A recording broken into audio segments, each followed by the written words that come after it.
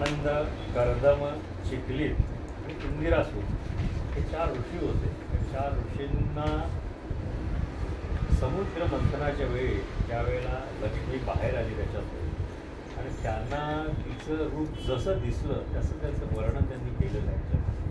त्यामुळं केशरी सूक्त जे आहे ते 4 ऋषींनी तयार केलेले श्लोक आहेत, ते संपूर्ण म्हटलेले श्लोक आहेत आणि ते ऐकून त्यांनी एका सिरीजमध्ये लावलेले आहेत. बऱ्याच ठिकाणी जे काही लेखक असेल पूर्वीचा त्याने खालतीवरती असे हे श्लोक झालेले आहेत, परंतु ज्या पद्धतीनं आता आपण म्हटलेले आहेत या पद्धतीनं आपण सगळ्यांनी म्हणायला काही हरकत नाही आहे. सुरुवातीलाच अगदी हरिही ओम हिरण्यवर्णां हरिणीं सुवर्ण रजत स्रजां चंद्रां हिरण्मयीं लक्ष्मीं जातवेदोम आवह. हरिही ह्रीं, ह्रीं जे आहे हे बीज आहे. ज्यावेळी विश्वाची उत्पत्ती झाली, विश्वाच्या ह्या सृष्टीची उत्पत्ती झाली त्यावेळेस जो आद्यशक्ती आपण म्हणतो आद्यंत, त्याचा जो ओंकार होता तो कसा होता? ह्रीं. आपण सूर्याचे आता बरेच लोक शास्त्रज्ञांनी जो आवाज तिथला जवळचा येतोय तो कसा येतोय, तर त्याचा ओम असा आवाज येतोय. ह्रीं जे आहे हे काय मूळ तत्व आहे, बीज आहे. हे बीज जे आहे हे कोणाचं आहे? हे अत्यंताचं बीज आहे, आदिशक्तीचं बीज आहे. म्हणून याची सुरुवात जी आहे हे हरी ह्रीं ओम. ओम जे आहे पूर्ण आहे. हे सृष्टीची उत्पत्ती ज्याच्यापासून झाली त्याचा आवाज जो आहे, नाद जो आहे तो ओम असा झालेला आहे. बऱ्याच धर्मांमध्ये वेगवेगळ्या पद्धतीचे त्याचे उच्चार दिले गेलेले आहेत, परंतु हिंदू धर्मामध्ये त्याचा उच्चार जो आहे तो ओम असा दिलेला आहे. आता याच्यामध्ये असं दिलेलं आहे की ओम हिरण्यवर्णां हरिणीं सुवर्ण रजत स्रजां चंद्रां हिरण्मयीं लक्ष्मीं जातवेदोम आव. जातवेद जो आहे, जातवेद हे अग्नीचं नाव आहे. कळलं का? त्या जातवेद अग्नीला काय केलंय? आवाहन केलेलं आहे की हे जातवेद अग्नी सुवर्णासारख्या कांतिमान, हिरण्य म्हणजे सुवर्ण, सुवर्णासारख्या कांतिमान अतिशय गतिमान चपळ अशी जी आहे, सोन्या चांदीच्या दागिन्यांनी मढवलेली अशी आहे आणि सर्वांना आल्हाददायक असणारी अशी जी लक्ष्मी आहे तिला मी काय करतोय? आवाहन करतोय आणि ते आवाहन ते तिच्यापर्यंत पोहोचव. आता हे जातवेदाला का सांगितलेलं आहे? बाकी कोणाला का सांगितलेलं आहे? पण अग्नी जो आहे, अग्नीला काय यज्ञामध्ये आपण बघतो की यज्ञामध्ये ज्यावेळेला हवन करतो, यज्ञ हे काय सांगितलेलं आहे की ते मुख आहे आणि अग्नी जो आहे हा वाहक आहे. कळलं का? आपण ज्यावेळेला हविष त्याच्यामध्ये सोडतो त्यावेळेस तो अग्नी काय करतो? ते हविष जे आहे ते त्या त्या दैवतांपर्यंत पोहोचवतो. हे त्याचं महत्व आहे. पण अग्नी जो आहे त्यातला जातवेद जो आहे त्यालाच सांगितलेलं आहे. अग्नीची बरीच रूप आहेत, पण मुख्य रूप जर बघितले स्वरूप तर 2 आहेत. एक म्हणजे जातवेद आहे आणि दुसरा म्हणजे क्रव्य आहे. तर क्रव्य जो आहे त्याचं कार्य काय आहे?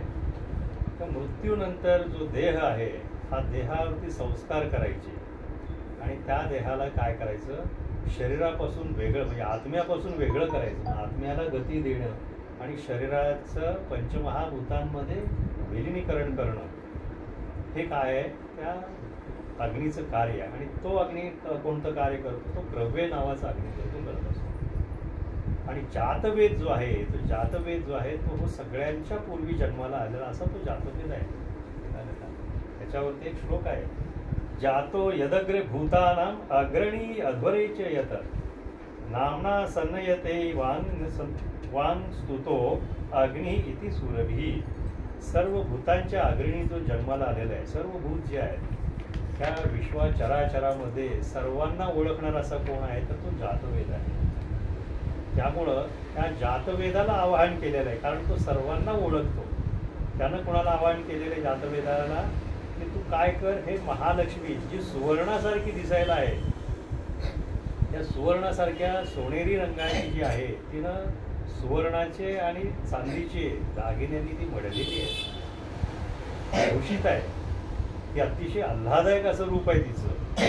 अशा ह्या लक्ष्मीला तू काय कर, माझ्यासाठी आवाहन कर, त्याला बोलवून घ्यायचं. ताम आवह जातवेदो लक्ष्मीम मनपगामिनीम यस्याम हिरण्यम विंदेयम गामश्वम पुरुषानहम. ताम आवह जातवेदा, हे जातवेदा तू काय कर, लक्ष्मीम अपगामिनीम म्हणजे काय, अपगामिनी म्हणजे काय, चपळ आहे, चंचल आहे, एका ठिकाणी कधीही स्थिर नाही, अशा लक्ष्मीला तू काय कर, माझ्यासाठी आवाहन कर. स्थिर लक्ष्मीला करायला सांगितले का?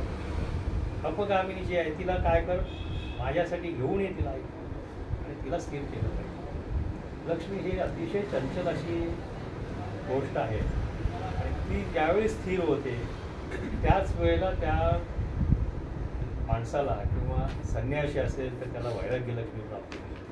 ज्याला लक्ष्मी असेल, श्री पाहिजे असेल, श्री प्राप्त होते, लक्ष्मी प्राप्त होते, धन प्राप्त होते, धनलक्ष्मी आहे. लक्ष्मीची वेगवेगळी रूपं आहेत. हे सगळे रूपं जे आहेत, जो जसा भजेल तशा पद्धतीनं त्याला ते प्राप्त होईल. विद्यार्थी असेल त्याला सरस्वती प्राप्त होईल. विद्यार्थ्यांनी सुद्धा तिचं आवाहन केलं पाहिजे, तिला बोलवलं पाहिजे. म्हणजे काय होईल, तुमच्यावरती तिची कृपा होईल असं याच्यामध्ये सांगितलं. आणि त्याच लक्ष्मीला काय, ह्या चपळ अशा लक्ष्मीला तू माझ्यासाठी स्थिर कर असं त्याला आवाहन केलेलं आहे जातवेदाला.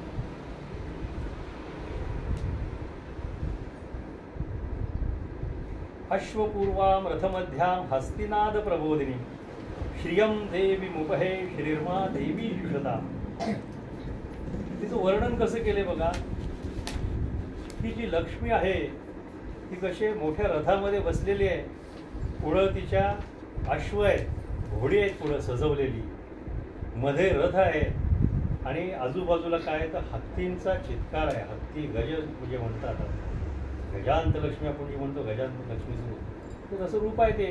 आजूबाजूला गज जे आहे, गज सुद्धा हे लक्ष्मीचं प्रारूप आहे. आपण म्हणतो गजांत लक्ष्मी, हे नाव दिलेलं आहे त्याला. ज्याच्याकडे हत्ती पाळण्याची ताकद आहे त्याला काय म्हणतात, तो गजांत लक्ष्मी आहे त्याच्याकडे. सामान्य माणूस हत्ती पाळू शकतो का? पण हत्तीला पोषण करण्याची ताकद ज्याच्यामध्ये आहे तोच खरा यशवान किंवा श्रीमान असं समजायचं. म्हणून राजे जे असायचे पूर्वी त्यांच्याकडे हत्ती असायची, तर हे श्रीमंतीचं प्रतीक आहे, लक्ष्मी असल्याचं प्रतीक आहे. मग अशा ह्या लक्ष्मीचं स्वरूप कसं आहे, तर ती रथामध्ये आरूढ झालेली आहे. तिच्या पुढच्या बाजूला जे आहे ते घोडे आहेत, अश्व आहेत, मध्ये तिचा रथ आहे आणि आजूबाजूला हत्ती आहे. तिचा हत्तींचा चित्कार आहे, आनंदाचा चित्कार आहे.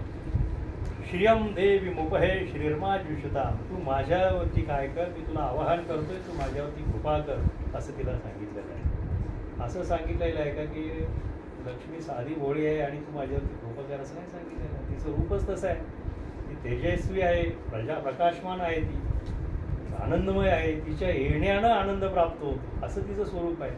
त्यामुळं नेहमी आपल्या घरामध्ये सुद्धा संध्याकाळची वेळ असते त्यावेळी लक्ष्मी येते असं आपल्या इथे समज आहे. कारण काय, लक्ष्मीचं आगमन हे जे आहे अंधारामध्ये आहे. तुम्ही बघाल तर दिवाळीच्या वेळेस सुद्धा आपण लक्ष्मीपूजन कधी करतो, तर अमावस्येला करतो. ज्या दिवशी अमावस्या असते, काळोखी रात्र असते, कारण काळोखी रात्रीमध्ये तिचा प्रकाश मोठा असतो, तुम्हाला दिसला पाहिजे. त्यामुळे तो सुवर्णाचा प्रकाश जो आहे हा तुम्हाला दिसतो. पण लक्ष्मीचं आगमन जे अंधारात होत असते. त्यामुळे संध्याकाळच्या वेळेला आपण नेहमी म्हणतो की आपल्या घरामध्ये दिवे लावले पाहिजे. लक्ष्मीचं आगमन त्यावेळी होत असतं, तिची पूजा त्यावेळी करायला पाहिजे. घरामध्ये शांतता पाहिजे त्यावेळी असं ते सांगितलेलं आहे. काम सुस्मिताम हिरण्य प्राकाराम आर्द्राम ज्वलंतीम तृप्ताम तर्पयंतीम पद्मे स्थिताम पद्मवर्णाम ताम इह उपहे श्रियम. काम सुस्मिताम हिरण्य प्राकाराम आर्द्राम असं सांगितलेलं. आर्द्रम म्हणजे काय, आर्द्रतापूर्वक दयार्द्र भाव आहे तिचा. लक्ष्मी अशी क्रूर जर बघितली तुम्ही तर ती तुम्हाला बरी वाटेल का? ती कशी असावी, आपल्यावरती दया करणारी असावी, प्रेम करणारी आपल्यावरती असावी. तसं बघायला गेलं तर लक्ष्मी हे अतिशय कठोर आहे असं समजलं जातं, रागीट आहे. ठीक आहे, त्यापेक्षा विष्णू जो आहे हा कसं आहे, सात्विक आहे. लक्ष्मी जी आहे ती कशी आहे, रागीट आहे. तिला अजिबात वेडं वाकडं आवडत नाही असं हे आहे. बरोबर आहे. जे नेटका असतं ना त्यांना तुम्हाला नीटनेटकंच ठेवावं लागतं. त्याच्यापुढं काही ते चुकीचं केलं की त्यांना चालत नाही. जसं धनदा लक्ष्मीचं व्रत आहे, धनदा लक्ष्मीच्या व्रताच्या वेळेस कोणताही नाद करायचा नसतो. आता त्या लक्ष्मीचं आगमन हे अतिशय आनंदात आणि शांततेत व्हावं लागतं. त्याच्या उलटं आपण लक्ष्मीपूजन ज्यावेळेस करत असतो त्यावेळेस त्या लक्ष्मीपूजनाच्या वेळेस तिला नाद आवडतो. त्यावेळी घंटा वाजवतात, शंख वाजवतात, फटाके वाजवतात, तिला नाद आवडतो. प्रत्येक लक्ष्मीची प्रारूप जी आहे ती वेगळी आहे आणि त्याचे गुणधर्मसुद्धा वेगळे आहेत. त्यामुळे ज्या पद्धतीच्या लक्ष्मीचं आपण आवाहन करतो त्या पद्धतीच्या सोयी सगळ्या त्या ठिकाणी असणं अतिशय आवश्यक असतं.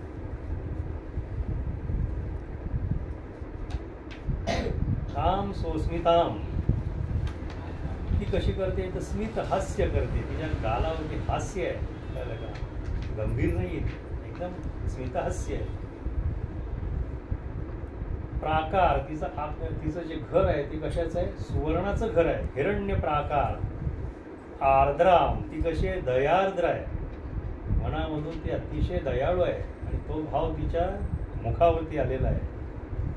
ज्वलंतीम तृप्ताम तर्पयंतीम ती कशी आहे? ज्वलंत आहे. लक्ष्मी कशी असते? ज्वलंत असते, तेजस्वी असते, लगलगाट असतो तिचा, ठीक आहे नाही? अशी लक्ष्मी आहे ती. तृप्ताम ती काय करते की सर्वांना तृप्त करते, अशी ती लक्ष्मी आहे. तिच्या आगमनानंच सगळे तृप्त होतात, सगळ्यांचं पोट भरण्याचं कार्य तीच करते. तिच्यामुळं काय होतं? संतोष प्राप्त होतो. तिचं वास्तव्य कुठं आहे तर पद्मे सीताम, पद्मामध्ये म्हणजे कमळामध्ये तिचं वास्तव्य आहे. तिचं वर्ण कसं आहे तर पद्मवर्ण, कमळाचं जसं वर्ण आहे तसं तिचं वर्ण आहे शरीराचं. ताम हे उपयश तू काय कर, माझ्यावरती कृपा कर, माझ्याजवळ ये, अशा पद्धतीनं तिला आळवलेलं आहे. चंद्राम प्रभासाम यशसा ज्वलंती श्रियम लोके देवज्युष्टाम उदाराम ताम पद्मिनीमीं शरणमहं प्रपद्ये अलक्ष्मीर्मे नश्यताम त्वाम ऋणे. आता चंद्राम प्रभासाम तिची प्रभा कशी आहे तर चंद्रासारखी शीतल आहे, प्रकाशमान आहे पण चंद्रासारखी शीतल आहे. तिच्या येण्यानं असं चटके बसत नाहीत आपल्याला, तिच्या येण्यानं आपल्याला आल्हाद होतोय, प्रकाश आहे. ती कशी आल्हाद देणारी आणि यशसा ती कशी यशवान आहे, ती कीर्ती देणारी आहे तुम्हाला, कळलं का? यश देणारी अशी ती आहे. ज्वलंतीम श्रियम लोके देवज्युष्टाम उदाराम ती लोकांचं काय करत असते? लोकांची सेवा करत असते, म्हणून तिला तिचं आवाहन या ठिकाणी केलेलं आहे.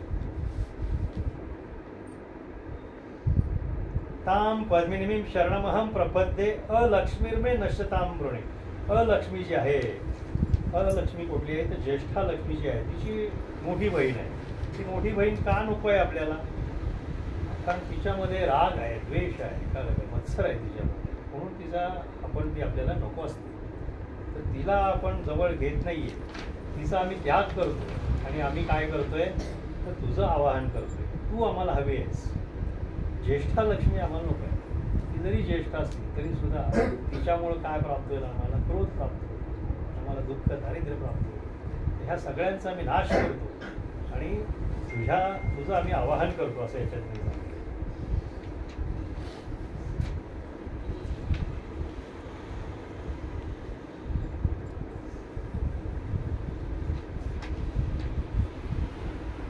क्षुत्पिपासामलां ज्येष्ठां लक्ष्मीं नाशयाम्यहम् अभूतिं समृद्धिं च सर्वान् निर्णुद मे गृहात.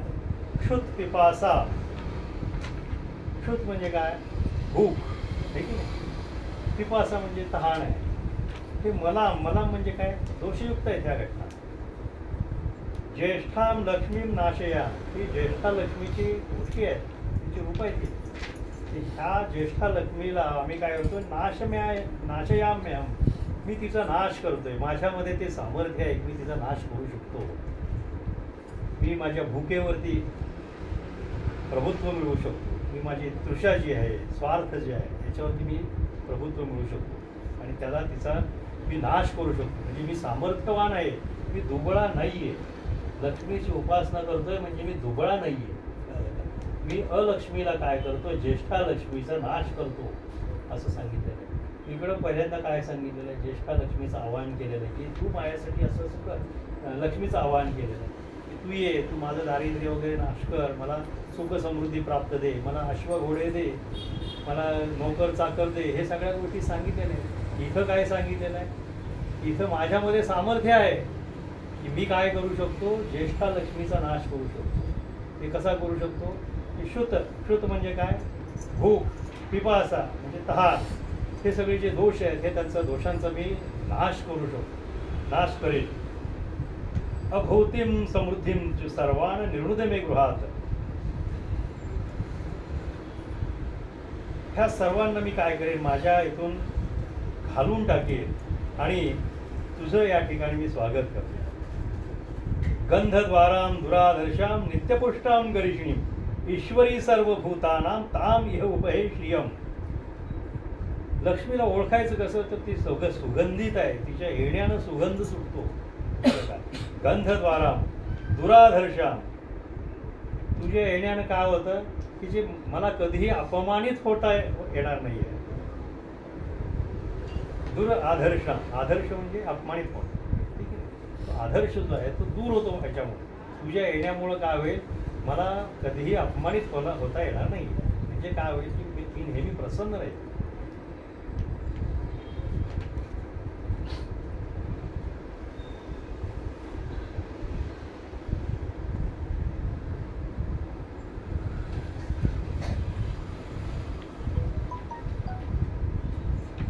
मनसः काममाकृतिं वाचः सत्यम श्रीमयी पशूनाम रूपमन्नस्य मयी श्री श्रयताम यशा.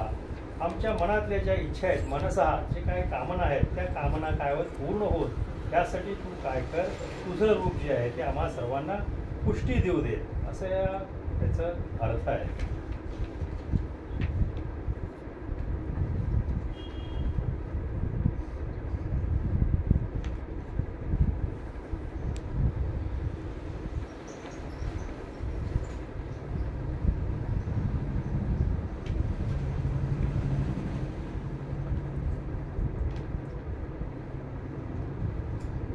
शेवटचं जे आहे हे मागणं असं आहे की ताम आवह जातवेदो लक्ष्मीं मनपगामिनीं यस्यां हिरण्यं प्रभूतं दास्यो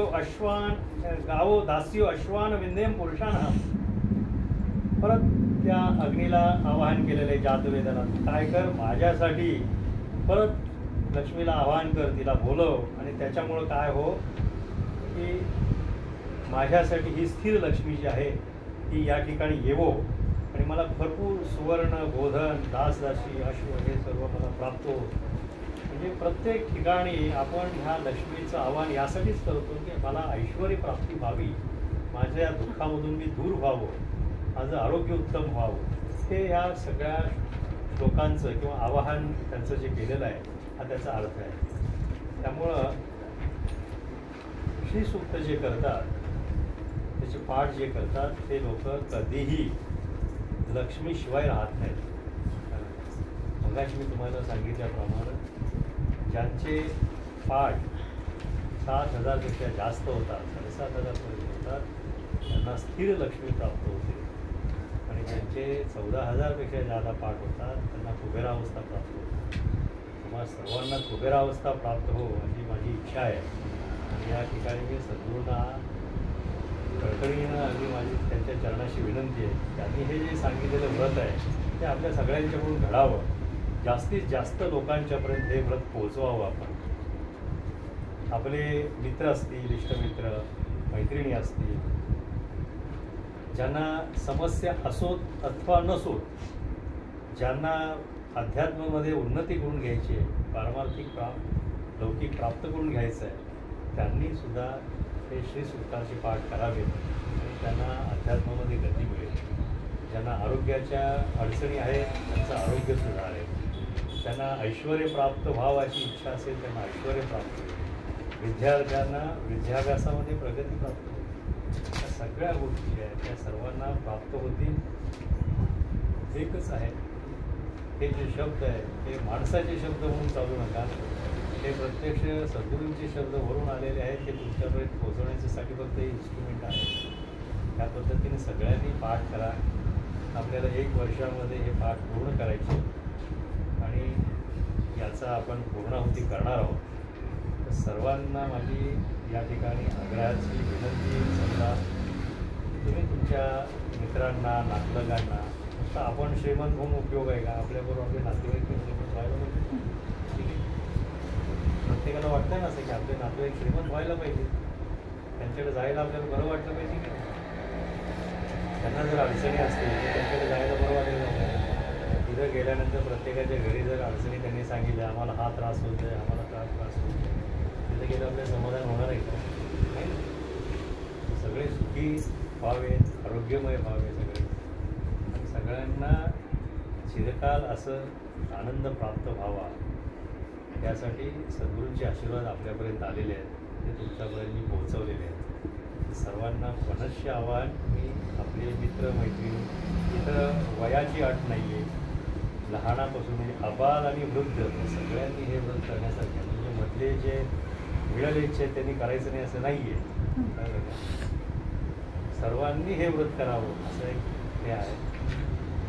हे व्रत जे आहे संस्कृतमध्ये आहे. आता तुम्हाला प्रत्येक भाषेमध्ये हे व्रत मिळतं.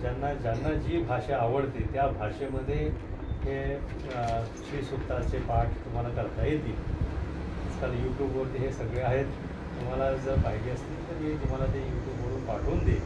मी सर्वांनी त्याचा लाभ घ्या, तुमच्या मित्रमंडळींना लाभ घ्यायला सांगा, आणि सर्वांनी जेवढे शक्य असेल तेवढे पाठ करा. थोडा वेळ जरी दिला, दिवसातला 1 तास जर तुम्ही याच्यासाठी दिला तर तुम्हाला अध्यात्मामध्ये मोठी प्रगती प्राप्त होईल. ते म्हणतील माझ्याकडे पैसा भरपूर आहे, मला आता पैशाची गरज नाही आहे.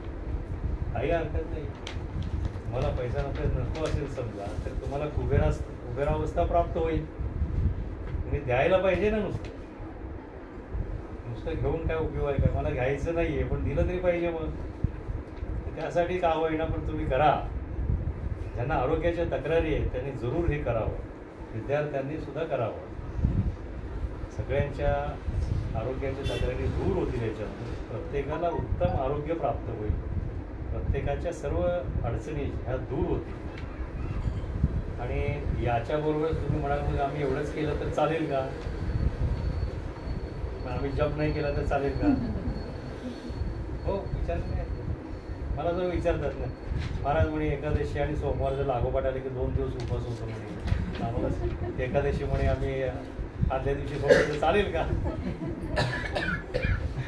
तर आम्ही सांगितलं नाही चालणार, तुम्हाला करावंच लागेल. तर भारतामध्ये तर भरपूर पदार्थ मिळतात, त्यामुळं उपासाची अशी काही अडचण व्हायला नको आहे कोणाला. परंतु जरी त्रास होत असेल, समजा कोणाला काही पित्ताचा त्रास होतो, अपचनाचा त्रास होतो, काहींना निद्रानाश हा त्रास आहे, त्यांना आयुर्वेदिक औषधी आपण सुचवू, त्यांनी त्या घ्याव्यात आणि त्यांचा हा त्रास कायमचा समूळ नष्ट करून घ्यावा. आपल्याकडे सगळ्यात मोठे तुम्हाला सांगतो की जी काही घटना समूळ नष्ट होते, डॉक्टर जरी सांगितलं ना हे होणार नाही असं, आम्ही लिहून देतो असं घडेल आणि घडणार. अशा घटना घडलेल्या आहेत, कळलं का? आणि घडवणारे हे सद्गुरू आहेत, माणूस नाही आहे, लक्षात ठेवा. त्यांनी जर ठरवलं त्यांना काही अशक्य नाही आहे. विश्वातल्या सगळ्या गोष्टी ते घडवू शकतात. त्यामुळे हे पाठसुद्धा तुमच्याकडून ते करून घेणार. ते अगदी ह्याच्यात मला संशय नाही. तुम्ही याच्यामध्ये काही संशय आणू नका. तर यापुढं आपण सर्वांनी हे पाठ करूया. आणि लवकरात लवकर आपला जो संकल्प आहे, हा सद्गुरूंचा संकल्प समजून हा विश्व कल्याणासाठी संकल्प आहे. आज हे पृथ्वीवरती अनेक निगेटिव्ह एनर्जीजचे आघात होत आहेत. मध्यंतरीच्या काळामध्ये कोरोनासारखा मोठा भयानक हा सुद्धा निगेटिव्ह एनर्जीचा प्रकार आहे. त्यानंतर बरेचसे त्याचे वर्जन येऊन गेले आणि अजूनही येते आहेत, पुढेही येतील. पण ह्या सर्वांपासून ही जीवसृष्टी जी आहे ही वाचली पाहिजे. त्यासाठी त्या पृथ्वीला ग्रिड्स निर्माण झाले पाहिजे. ज्यावेळी आपला हा संकल्प पूर्ण होईल त्यावेळेला मी खात्रीनं सांगू शकेन ही पृथ्वी चांगल्या प्रकारे हे संरक्षित झालेले आहे. ते सजीवांसाठी असेल, निर्जीवांसाठी. निर्जीव आणि सजीव हा प्रकारच नसतो. प्रत्येक गोष्टीवरती अधिभार आहे. त्यामुळे हा सगळा ब्रह्माचा विस्तार आहे. आणि इथं निर्जीव सजीव काही नसतो. प्रत्येकाला स्पृहा आहे. त्यामुळं आपल्याला वाटतं की हे बसलेली खुर्ची ही निर्जीव आहे, असं नाही आहे. हे सुद्धा जे आहे हे सुद्धा पूर्ण ब्रह्म आहे. कारण याच्यामध्ये सुद्धा सांगितले की समान ब्रह्म भरलेलं आहे, सर्वत्र समान भरलेलं आहे ब्रह्म. याच्यामध्ये सुद्धा आहे, फक्त आपल्या जाणीवेप्रत येत नाही. याचं कारण असं आहे की आपली फ्रिक्वेन्सी आणि याची फ्रिक्वेन्सी मॅच होत नाही आहे. ज्यावेळेला आपली फ्रिक्वेन्सी आणि याची फ्रिक्वेन्सी मॅच होईल त्यावेळेला हे आपल्या ऑर्डर्स ऐकतील. जसं संत तुकाराम महाराजांच्या वेळेस काय झालं होतं, लोकांनी दगडं घेऊन त्यांच्या मागे लागले होते, दगडं मारायला लागले. संत तुकाराम महाराजांनी सांगितलं दगडांना, अरे तुम्हाला एवढं प्रेमानं ते मारायला टाकतात, तितक्याच प्रेमानं तुम्ही त्यांच्याकडे का जात नाही? हो ठीक, प्रेमाचा वर्षव आहे ना तो. तिकडून एवढं प्रेम आहे तर आमच्याकडून त्याच्या दुप्पट प्रेम आहे. ती दगडं परत सगळी त्यांच्याकडे पळाली. हे कशामुळे घडलं? दगडांनी संत तुकारामांची आज्ञा का ऐकली? असं काही नाही की ते मोठे आध्यात्मिक अधिकारी म्हणून. त्या आपण सायन्सची लोक आहोत, लक्षात ठेवा. आम्हाला अध्यात्म हे सगळं काही पुढची घटना आम्हाला एवढं माहिती नाही आहे. आम्हाला फक्त सायन्स कळतं, बाप दाखवण्याचं. तिथं त्याची संत तुकारामांची फ्रिक्वेन्सी आणि त्यांची फ्रिक्वेन्सी दगडांची ती मॅच झालेली होती. त्यामुळं संत तुकारामांनी जो आदेश दिला तो दगडांनी ऐकला, की त्याप्रमाणे ती घटना घडल्या. त्याला वेगळं काही हे नाही. ते तुम्हाला बाबतीत घडू शकतं का? घडू शकते, सर्वांच्या बाबतीत घडू शकते. निर्जीव वस्तू ज्या आपल्याला निर्जीव वाटतात त्या सुद्धा आपल्या आज्ञा ऐकू शकतात. त्यात काही वेगळं नाही. लोक म्हणतील याला सिद्धी म्हणतात. सिद्धी म्हणा, काही म्हणा, हे आम्ही याला फ्रिक्वेन्सी म्हणतो. फ्रिक्वेन्सी ज्यावेळेला तुमचा चेतनेचा विस्तार होतो त्यावेळी या घटना सगळ्या साध्य होतात. चेतना विस्तार होणं अतिशय गरजेचं आहे आणि त्यासाठीच आपल्याला साधना करायची. साधना कशासाठी केली? चेतना विस्तारासाठीच. आपल्याला परमात्म्याला भेटायचं ठरलेलं आहे की नंबरचं कुलूप पाहिजे, नंबर तुम्हाला मिळालेले तर ते लवकर उघडलं पाहिजे की नाही? ते उघडण्यासाठी आपल्याला प्रॅक्टिस रोज केलं पाहिजे. सिक्वेन्स त्याचा बरोबर लागला पाहिजे, म्हणजे मग ते उघडेल. ठीक आहे. ज्यावेळेला आपण ते नंबर व्यवस्थित दाबू त्यावेळेला बरोबर ते कुलूप उघडणार आणि त्या परमात्म्याची भेट आपली होणार आहे. त्याच्यामुळं आपण रोज साधना करणं. साधना म्हणजे काय? सातत्यानं जे करतो त्याला साधना. एकदाच केली आम्ही, वर्षात एकदा फक्त आम्ही करतो त्याला साधना म्हणतो, असं म्हणता येईल का? वर्षात एकदाच जेवावं आपण, ठीक आहे. कशाला सारखं सारखं जेवायचं? जेवलेची जेवावे, केलेची करावे, ह्या नावं साधना. आपल्याला एकदा जेवलं की परत जेवावं लागते की एखादी गोष्ट केली परत आपल्याला करावी लागते की नोकरीला जसं आपण रोज जातो की नाही कामावर, का जातो? तर आपल्याला पगार मिळतो. नाही गेलं तर पगार मिळणार आहे का आपल्याला? नाही मिळणार. तसं एकदा जेवलं तर भागतंय का? नाही. आपल्याला परत जेवावंच लागतं. तसं साधना सुद्धा जी आहे ही साधना ही आत्म्याची भूक आहे. कळलं का? त्या आत्म्याची भूक असल्यामुळं ते करणं गरजेचं आहे. कारण आत्म्याला परमात्म्याचं मिलन ते आवश्यक आहे. आपला जन्मच त्यासाठी झालेला आहे. आपला जन्म काही पैसा कमवण्यासाठी किंवा कीर्ती कमवण्यासाठी झालेला नाही आहे. आपला जन्म जो झालेला आहे ती परमात्म्याची भेट घडवून द्यावी यासाठी झालेला आहे. आणि ही सोय फक्त मनुष्य धर्मामध्ये प्राप्त आहे. इतर धर्मांमध्ये, इतर जातीमध्ये काय म्हणतात, इतर योनीमध्ये इतर ही फॅसिलिटी नाही. इतर योनीमध्ये काय, जे काय तुम्ही कर्म केलेलं आहे त्याचं फळ भोगण्यासाठी कोणती योनी, इथं तुम्हाला एवढी फॅसिलिटी दिलेली आहे. इथं तुम्ही विचार करू शकता. इथं तुम्हाला सद्गुरू प्राप्ती, ज्यांना सद्गुरू प्राप्त होतात त्यांना निश्चित आणि निश्चित मोक्ष प्राप्ती होते. आणि खरा मोक्ष कोणता? तर त्या परमात्मा तत्वामध्ये विलीन होणं, हा खरा मोक्ष आहे. स्वतःचा उद्धार स्वतः करून घ्या सांगितलेलं आहे. याचा अर्थ काय आहे? तूच आहे तुझ्या जीवनाचा शिल्पकार आहे, असं का म्हटलेलं आहे? साधना तुम्ही केली तर तुम्हाला तो भेटणार आहे. तुम्ही जर साधना केली नाही, किती सद्गुरू तुमचा अगदी समोर ठेवून आयाचं भेटलं तरी सुद्धा त्याचा उपयोग होणार आहे का? त्यांनी अगदी म्हणतात एक जुन्या लहानपणी आम्हाला धडा होता, त्याच्यामध्ये मिशीवरती जांभळ एकाचं पडलं. तर ती मिशी केवढी होती काय माहिती नाही आपल्याला, पण त्याच्यावरती जांभळ पडलं. आळशी माणूस होता तो काय म्हटला की त्या जांभळाला वाटलं तर माझ्या तोंडात जाईल ती.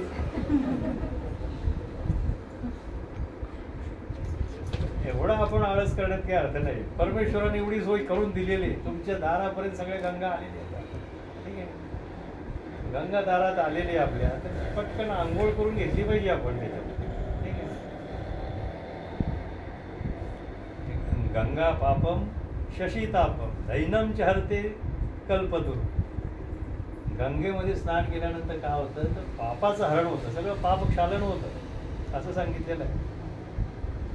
चंद्राच्या शीतल प्रकाशामध्ये फिरल्यानंतर काय होतं की तुम्हाला शांत वाटतं, मन प्रसन्न होतं. कितीही तुम्हाला डोक्यामध्ये विचार असतील तर तुम्ही जर चंद्रप्रकाशामध्ये जर फिरलात, पौर्णिमेच्या चंद्राचं किंमत आता त्याच्यावरती बऱ्याचशा कविता पण झालेल्या आहेत, परंतु तुम्ही जर त्या प्रकाशामध्ये शीतल प्रकाशात फिरला तर तुम्हाला त्याची शीतलता जाणवते, ती आल्हाददायक असते.